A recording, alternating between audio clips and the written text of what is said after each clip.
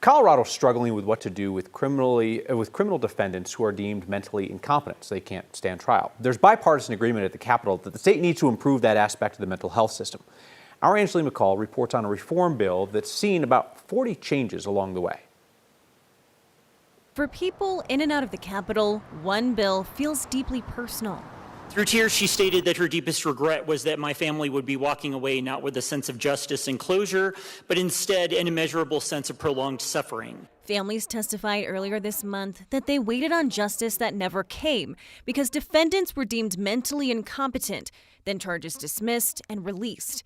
Those stories at the intersection of mental health providers with their own concerns. This bill allows courts to override that judgment. That creates a fundamental misalignment. The clinician remains responsible for the patient's care, but may no longer have the authority to determine when continued involuntary treatment is clinically appropriate. Senate Bill 149 would change the system. Right now, defendants may just be released with charges dropped. And in several high-profile cases, those same defendants have reoffended after release. Primary goal here was to say if somebody is dangerous and is committing high-level crimes, and they're found that they're not going to be able to be restored to competency in their foreseeable future, that we find them a placement where they can be kept safe. Democratic State Senator Judy Amabile is one of the bill's sponsors, saying this change is overdue. If passed, defendants could be civilly committed.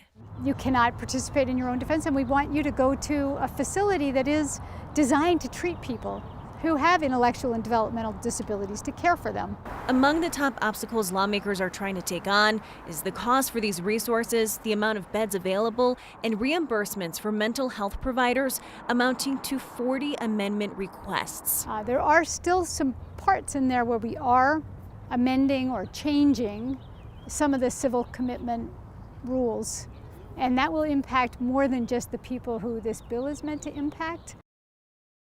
We mentioned this comes after several high-profile cases. One such case is when Solomon Galligan was released after an attempted child abduction despite being on the sex registry. The bill will now go to Senate Appropriations tomorrow. Kyle? So for folks who are not familiar at the Capitol, right, lobbyists and other groups, interest groups will come in and they'll say either, we support this bill, we oppose this bill, or they'll take an amend position, which means we could be okay with this if you make some changes, but we might oppose it if you don't make changes. And there's still groups that are on that middle ground about this. Yeah, in fact, I was on the Secretary of State's site today. There were 4 or 5 pages of organizations, and most all of them were in amend positions. So despite already seeing 40 amendment requests on this specific bill, there's still more, requests. And when I called organizations today, they said that they actually didn't want to talk on this yet because they want to see if their amendments are fulfilled and if those concessions are made. So we'll see what happens as this continues to go through. All right, Angeline McCall, who spun the wheel just like Mark Salinger, but did not have to recite her story from memory off the top of her head. Thank you, Angeline.